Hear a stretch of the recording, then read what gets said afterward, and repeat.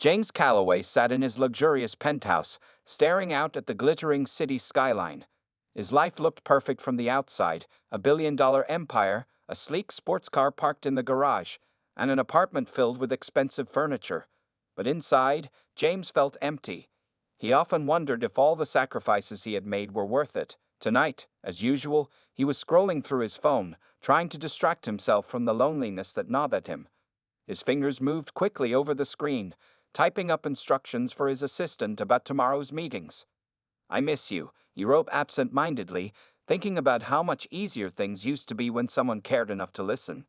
Without realizing it, he hit send before double-checking the recipient. It wasn't until the message notification popped up on his screen that panic set in. Instead of reaching his assistant, the text had gone to Claire, his ex-wife. James froze. His heart raced as he stared at the glowing words on his phone. What had he done? 5 years had passed since their divorce, and they hadn't spoken more than a handful of times since then. Their separation had been messy, filled with hurt feelings and unanswered questions. Sending such a personal message by accident felt like opening old wounds he wasn't ready to face. For a moment, he considered ignoring the situation entirely. Maybe Claire wouldn't reply. Maybe she'd think it was spam or a prank. But deep down, he knew better. Claire wasn't the kind of person to let something like this slide. She was smart, strong-willed, and always called people out when they crossed a line. That's one of the reasons he had fallen in love with her years ago, and one of the reasons their marriage had fallen apart. Minutes ticked by like hours as James waited anxiously for her response. Just as he started convincing himself that she wouldn't bother replying, his phone buzzed. His stomach dropped as he opened the message. "James?" Claire's reply was short but loaded with curiosity. "Did you mean to send that?" He groaned, rubbing his temples. Of course, she would respond. And of course, she wouldn't make this easy for him. Sitting back in his chair, James debated what to say next. Should he play it off as a joke? Pretend it was meant for someone else? Or should he admit the truth, that sometimes, late at night, he thought about the life they used to have together? Finally, he typed out a hesitant reply. "Hey, Claire." No, I didn't mean to send that. It was supposed to go to my assistant. Sorry if it came across weird." There was another pause, longer this time. James stared at the screen, half expecting her to lash out or block his number. Instead, her response surprised him. "It's fine," she wrote. "But why do you miss me? We haven't talked in years." Her question caught him off guard. Why did he miss her? Was it because of the memories they shared? The comfort of having someone who truly understood him? Or was it guilt for everything he had put her through during their marriage? Before he could overthink it, James replied honestly. "I guess I just realized how much I lost when we split. I've been thinking about us lately." Claire didn't answer right away. When she finally did, her tone was cautious but not hostile. "Well, maybe we should talk sometime. Not because of your text, but because it seems like there are some things left unsaid." James stared at her words, feeling both nervous and hopeful. This accidental message might have been a mistake, but it could also be the start of something new. Something real. For the first time in years, he allowed himself to imagine reconnecting with Claire and their daughter, Emma. Could he fix what he had broken? Only time would tell. As James sat alone in his penthouse, the conversation with Claire replayed in his mind. Her calm but probing response left him unsettled, not because she was angry, but because it forced him to confront memories he had buried for years. The more he thought about her question, "Why do you miss me?" the more he found himself reflecting on their past. James and Claire's relationship hadn't always been complicated. In fact, at the beginning, it was simple and full of hope. They met during a charity event when James was just starting his business. Back then, he was nothing like the polished billionaire he was now. He wore rumpled suits, worked long hours out of a cramped office, and lived paycheck to paycheck. But Claire saw something special in him, a spark of ambition and determination that others overlooked. Claire, a teacher with a passion for helping children, admired James's drive. She believed in him even when he doubted himself. During those early days, they were inseparable. They dreamed together about building a future where money wouldn't dictate their happiness. Claire would joke that once James became rich, they'd travel the world and adopt stray dogs. James would laugh, promising her everything she wanted and more. But as his company grew, so did the demands on his time. What started as late nights turned into missed dinners, forgotten birthdays, and weekends spent glued to his laptop. At first, Claire tried to understand. She knew how hard James worked and didn't want to stand in the way of his dreams. But over time, the little moments they used to share slipped away. Conversations became arguments, and affection gave way to frustration. The breaking point came after Emma was born. For James, becoming a father should have been the happiest moment of his life, but instead, it added another layer of stress. Between running his expanding empire and dealing with sleepless nights, James felt overwhelmed. He convinced himself that providing financially for his family was enough. Claire disagreed. To her, being a parent meant showing up, not just paying the bills. Their fights escalated until one day, Claire packed her bags and moved out, taking Emma with her. The divorce was bitter, filled with accusations and tears. Claire accused James of caring more about his company than his family, while James blamed himself for failing them both. When the papers were signed, James threw himself into work, using success as a shield against his pain. Claire, meanwhile, focused on raising Emma and rebuilding her life without him. Now, sitting in silence, James realized how much he had taken for granted. Claire wasn't just his wife, she was his partner, his confidant, the person who kept him grounded. And Emma, Emma, his little girl who had grown up too fast without him. Guilt washed over him as he thought about all the milestones he missed, the first steps, the school plays, the bedtime stories. He wondered if Claire still thought about those happy times or if she had moved on completely. Did she hate him? Or worse, did she feel nothing at all? The uncertainty gnawed at him, but deep down, he knew one thing for sure. He couldn't keep living in the shadow of his mistakes. If there was even a small chance to reconnect with Claire and Emma, he had to take it. For the first time in years, James allowed himself to dream, not of wealth or power, but of laughter, love, and second chances. Could he rebuild what he had lost? Only time would tell, but he vowed to try for their sake and for his own. The next morning, James woke up with Claire's words still lingering in his mind. Her suggestion that they talk sometime felt like a lifeline, one he wasn't about to let slip through his fingers. For years, he had convinced himself that moving on was the best option, but now, the idea of reconnecting with Claire filled him with a mix of excitement and dread. What if she rejected him? What if he ruined things further? Despite his fears, James knew he couldn't ignore this opportunity. He decided to take a small step forward. Later that day, he sent her another text, this time carefully crafted. "Hey, Claire, if you're open to it, maybe we could meet for coffee sometime? No pressure, just thought it'd be nice to catch up." He hesitated before hitting send, worried that his message might come across as too casual or insincere. But after a few minutes of staring at the screen, he pressed send and braced himself for her reply. To his relief, Claire responded within an hour. "Sure," she wrote. "I'm free Saturday afternoon. Let me know where and when." James exhaled deeply, both relieved and nervous. Choosing a neutral spot, a cozy cafe downtown, he confirmed the details. As the days passed, anticipation built inside him. He rehearsed what he would say, imagining every possible scenario. Would she be cold and distant? Would she bring up old grievances? Or would she give him a chance to explain himself? On Saturday, James arrived at the cafe 15 minutes early. He chose a table near the window, fidgeting with his phone as he waited. When Claire walked in, his breath caught in his throat. She looked different yet familiar. Her hair was shorter, and she carried herself with a quiet confidence he hadn't noticed before. She spotted him and approached cautiously, offering a polite smile. "Hey," she said, sitting across from him. "It's been a while." "It has," James replied, his voice softer than usual. "You look great, Claire." "Thanks," she said, glancing at the menu. "So, how've you been?" They started with light conversation, the weather, their jobs, random updates about mutual acquaintances. But beneath the surface-level chatter, there was an unspoken tension. James wanted to dive deeper, to ask about Emma and express how much he regretted losing touch. Yet he held back, unsure if Claire was ready for such heavy topics. Eventually, Claire broke the ice. "Emma's doing well," she said, almost as if reading his thoughts. "She loves school, especially art class. You should see some of her paintings. They're amazing." James smiled faintly, though his chest tightened with longing. "I'd love to see them," he said. "How is she, overall?" "She's happy," Claire replied, her tone firm but not unkind. "But I won't lie, she asks about you sometimes. She doesn't understand why you weren't around growing up." Her words hit James like a punch to the gut. He lowered his gaze, ashamed. "I messed up, Claire. I know I wasn't there for either of you when you needed me most, and I'll regret that for the rest of my life." Claire studied him for a moment, her expression unreadable. Finally, she sighed.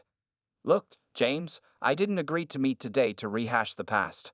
I think it's important for us to clear the air, for Emma's sake." "I get that," James said quickly. "And I'm not asking for forgiveness. Not yet, anyway. I just want to be part of your lives again, even if it's just as friends." Claire nodded slowly, though her eyes betrayed a flicker of doubt. "We'll see," she said. "But don't make promises you can't keep. Emma deserves better than empty gestures." James swallowed hard, nodding in agreement. "You're right. She does. And so do you." As they wrapped up their meeting, James felt a cautious sense of hope. It wasn't much, just a tiny crack in the wall between them, but it was enough to remind him why he was fighting for this second chance. Whatever happened next, he vowed to prove himself worthy of their trust, one small step at a time. After their coffee meeting, James couldn't stop thinking about Claire's words. She had been clear: no empty promises, no grand gestures. If he wanted to reconnect with Emma, he would have to earn it slowly and sincerely. The thought of seeing his daughter again filled him with both excitement and anxiety. He hadn't spent meaningful time with her since she was 3 years old, and now she was 8, a bright, curious girl who probably didn't even remember him. Determined to take things one step at a time, James asked Claire if he could help Emma with a school project. She mentioned something about a science fair, he said hesitantly during a brief phone call. "If it's okay with you, I'd like to assist her. It could be fun." Claire paused before responding. "All right," she finally agreed. "But let's keep it casual. Don't make it a big deal." James nodded, even though she couldn't see him. "Understood. Thanks, Claire." The following weekend, James arrived at Claire's house, clutching a bag of art supplies and science experiment kits he had picked up earlier that day. His palms were sweaty as he knocked on the door. When Claire opened it, she greeted him with a polite smile. "Emma's in her room," she said, stepping aside to let him in. "She's excited about the project." James followed Claire down the hallway, his heart pounding. As they entered Emma's room, he saw her sitting cross-legged on the floor, surrounded by colorful drawings and half-finished models. At first, she didn't notice him. Her focus was entirely on sketching what looked like a solar system. "Hey, Emma," Claire said gently. "James is here to help with your project." Emma glanced up, her wide eyes studying him curiously. For a moment, neither of them spoke. Then she broke into a shy smile. "Hi," she said softly. "Hi, Emma," James replied, kneeling beside her. "Wow, these are incredible drawings. Did you do all this yourself?" Emma nodded proudly. "Yeah, I'm making a model of the planets for my science fair. Mom says I can use clay to make them look real." "That sounds awesome," James said, genuinely impressed. "Mind if I join in? We can make Saturn together. It's my favorite planet because of its rings." Emma giggled. "Okay." As they worked side by side, James marveled at how easy it was to connect with her once he stopped overthinking. Emma was full of questions, about space, about his job, about why he lived in such a fancy apartment. At first, James hesitated to answer some of them, unsure how much she understood or cared. But as the afternoon went on, he realized she simply wanted to know more about him. "Why don't you live with us anymore?" Emma asked suddenly, catching him off guard. James froze, glancing at Claire, who stood nearby folding laundry. She gave him an encouraging nod, signaling that it was okay to respond honestly. "Well," James began carefully, "sometimes grown-ups make mistakes. Your mom and I decided we'd be happier living apart. But that doesn't mean I don't love you, or your mom. You're the most important person in my life, Emma." Emma tilted her head, considering his words. "Do you promise?" James swallowed hard, feeling the weight of her question. "Yes, sweetheart. I promise." For the first time that day, Emma called him Dad. It was quiet, almost hesitant, but it sent a wave of emotion through James. He smiled, blinking back tears. "I like hearing that," he admitted. "Can we finish Saturn now?" By the end of the afternoon, Emma seemed more comfortable around him. She laughed at his silly jokes, showed him her favorite books, and even hugged him goodbye when he left. Driving home, James felt lighter than he had in years. He knew rebuilding their relationship wouldn't happen overnight, but today proved that it was possible. For the first time, James allowed himself to believe he might truly have a second chance, with Emma, and maybe someday with Claire too. As weeks turned into months, James continued to build his relationship with Emma. He attended her school plays, helped her practice spelling words for tests, and even coached her soccer team on weekends. Each moment spent with her felt like a gift, one he cherished deeply. But while Emma grew closer to him, reconnecting with Claire proved far more challenging. Claire appreciated James's efforts, but she remained guarded. She didn't trust easily, and years of hurt had left scars that weren't quick to heal. Though they occasionally exchanged polite conversations about Emma's schedule or shared updates over text, there was an invisible wall between them. It wasn't hostility, it was caution. Claire wanted to believe James had changed, but she couldn't shake the fear that history might repeat itself. One evening, James invited Claire and Emma to dinner at a cozy Italian restaurant downtown. "It'll just be casual," he'd assured Claire when she hesitated. "A way for us all to spend time together without any pressure." Reluctantly, Claire agreed, though she made it clear this wasn't a date. The three of them arrived at the restaurant, and for a while, things seemed to go smoothly. Emma chattered excitedly about her latest art project, and James listened intently, asking thoughtful questions. Claire observed quietly, noting how natural James looked interacting with their daughter. For a fleeting moment, she allowed herself to imagine what life could have been like if things had worked out differently.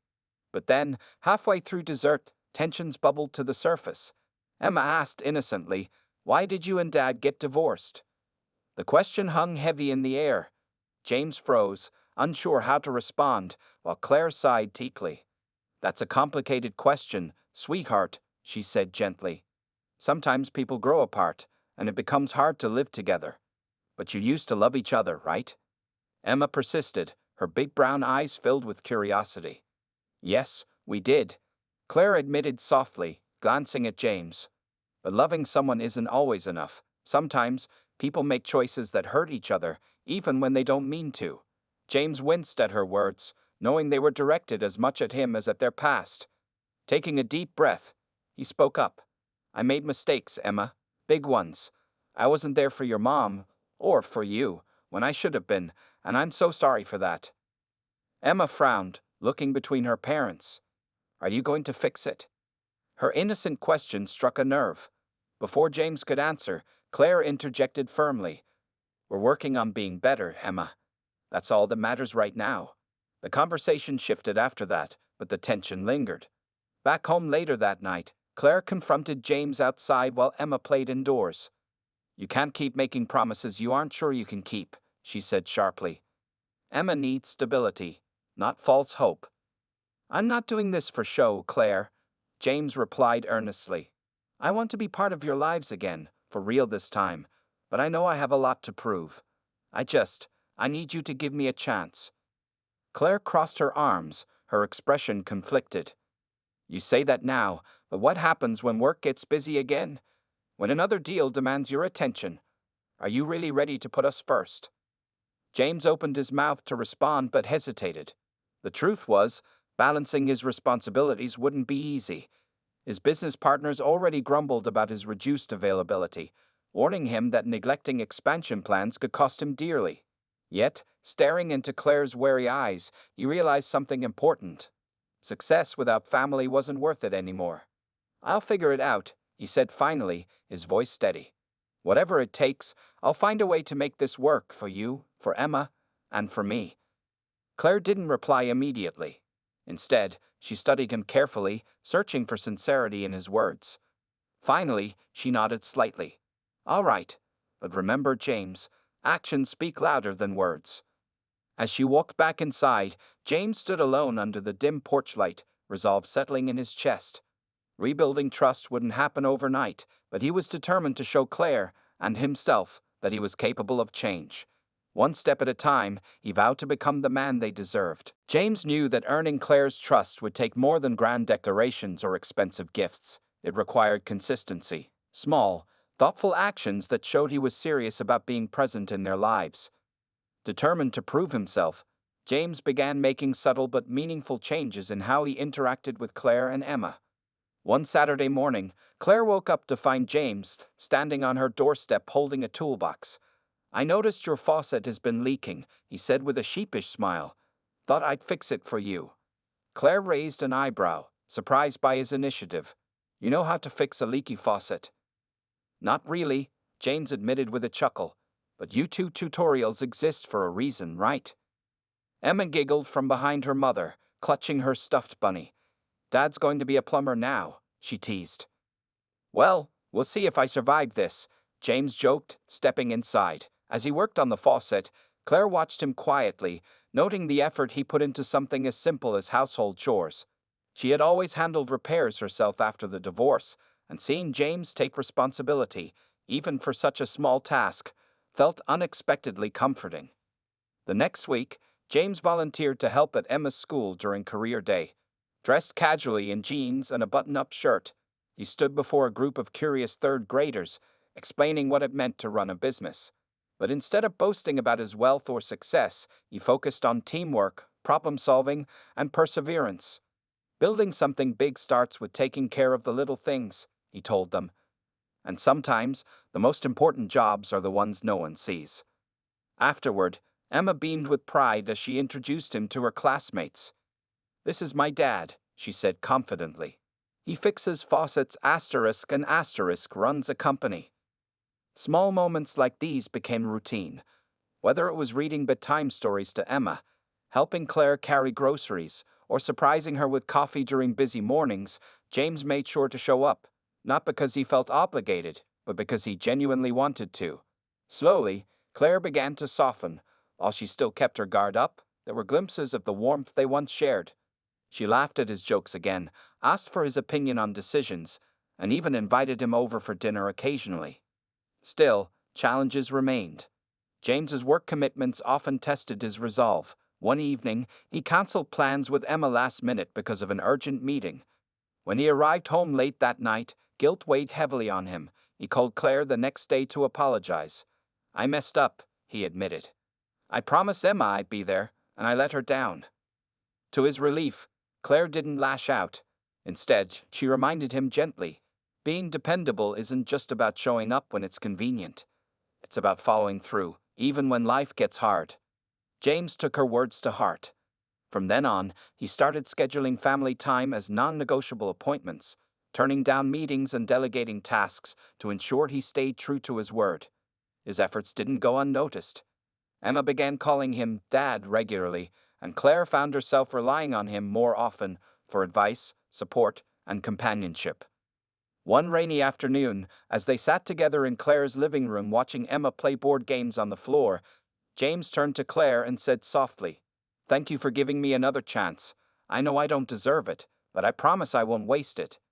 Claire looked at him, her expression softening. "Just keep showing up, James. That's all I ask."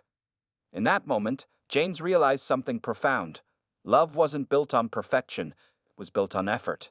And though their journey was far from over, every small gesture brought them closer to healing. Months passed, and James's presence in Claire and Emma's lives became more consistent.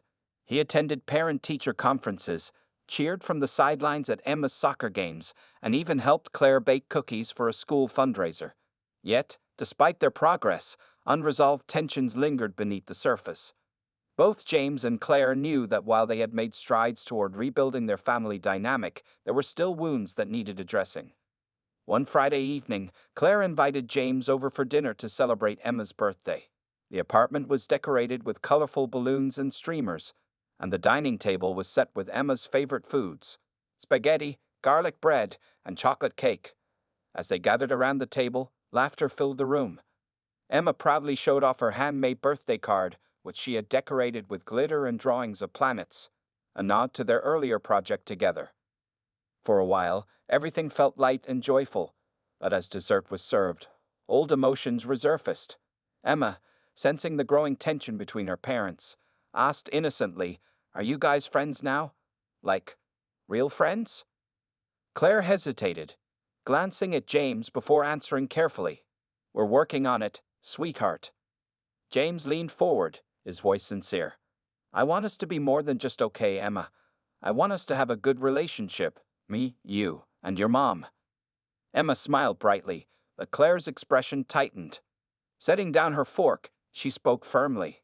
"It's not that simple, James. You can't just waltz back into our lives and expect everything to magically fix itself. There are reasons we ended up where we are." "I know," James said quickly, meeting her gaze. "And I'm not saying it'll happen overnight, but I need you to understand why I acted the way I did back then, and why I'm trying so hard to change now." Claire sighed, leaning back in her chair. "Fine, let's talk about it. But not here." She glanced at Emma, who looked confused by the sudden shift in mood. "Go play in your room for a bit, okay? We'll call you when it's time for cake." Once Emma left the room, Claire turned to James, her arms crossed. "Start talking."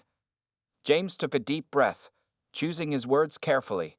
"When we first got married, I thought I could balance work and family. But as my company grew, I convinced myself that providing financially was enough. I told myself I was doing it all for you, for Emma. But the truth is, I got selfish. I stopped listening to you. I prioritized deals over dinners, meetings over memories. And by the time I realized what I'd lost, it was too late." His voice cracked slightly as he continued. "I miss being part of this family, Claire. Not because I feel guilty, but because I love you both. I don't want to keep living with regrets. I want to make things right." Claire listened silently, her expression unreadable. When James finished, she let out a long sigh. "Do you know how many nights I cried myself to sleep after you missed Emma's recitals or forgot our anniversary? How many times I begged you to slow down and spend time with us? It wasn't just about money, James. It was about feeling invisible, like I didn't matter anymore." Her words hit him like a punch to the chest. "You're right," he whispered. "I failed you, and I'll carry that guilt forever. But please believe me, I'm not the same person I was back then. I learned from my mistakes, and I'm willing to do whatever it takes to earn your trust again." Tears welled up in Claire's eyes, but she blinked them away. "Prove it," she said simply. "Show me that you mean what you say, not just today, but every day moving forward." Before either of them could say more, Emma peeked her head into the room. "Can we eat cake now?" she asked hopefully. Claire managed a small smile. "Of course, sweetheart." As they sang Happy Birthday together, James felt a mix of relief and determination. They hadn't solved everything tonight, but they had taken an important step. By confronting their past, they had opened the door to healing. Now, it was up to him to walk through it, one honest, heartfelt moment at a time. Months turned into a year, and James's efforts to rebuild his relationship with Claire and Emma became a steady rhythm in their lives. He no longer treated his role as a father and ex-husband as an obligation. It had become something he cherished deeply. Every Saturday morning, he picked Emma up for breakfast at her favorite diner, where they shared pancakes and talked about school, friends, and her latest artistic creations. On weekday evenings, he often stopped by Claire's apartment to help with small tasks or simply spend time together as a family. Claire noticed the change in him, not just in his actions, but in his demeanor. The once distant, work-obsessed man she divorced had transformed into someone patient, attentive, and present. She still guarded her heart cautiously, knowing that trust took time to fully restore. Yet, she couldn't deny the warmth growing between them again, a quiet connection that reminded her of the early days of their marriage. One crisp autumn afternoon, James joined Claire and Emma at the park for a weekend outing.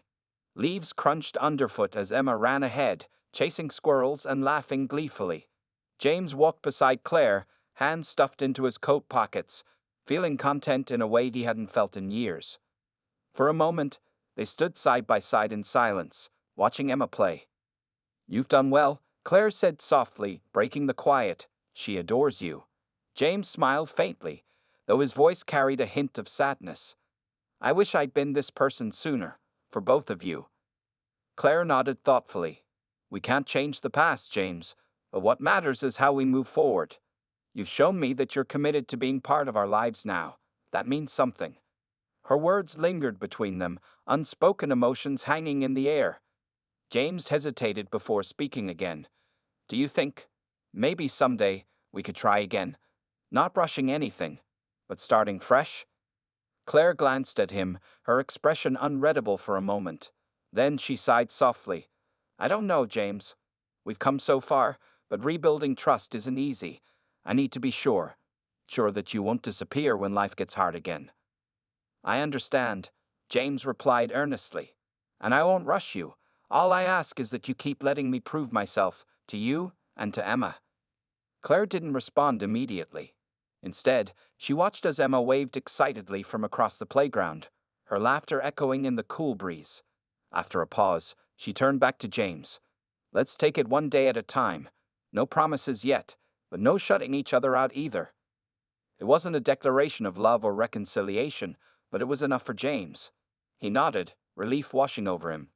Thank you, Claire. That's all I can ask for. As the sun dipped below the horizon, casting golden light over the park, the three of them sat together on a bench, sharing snacks and stories. Emma nestled between her parents, oblivious to the weight of the moment, while James and Claire exchanged small smiles. Though their future remained uncertain, there was a sense of hope, a fragile but undeniable bond that had begun to mend. For James, the journey wasn't over. Winning back Claire's love might never happen, or it might take years.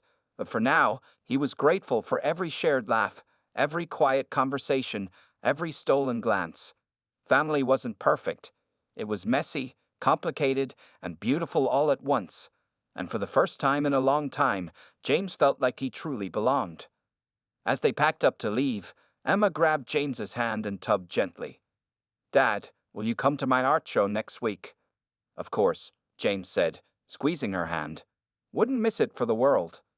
Walking home together, the three of them cast long shadows against the fading light. Whether as co-parents, friends, or perhaps something more, they were finding their way back to each other, one step, one memory, one moment at a time.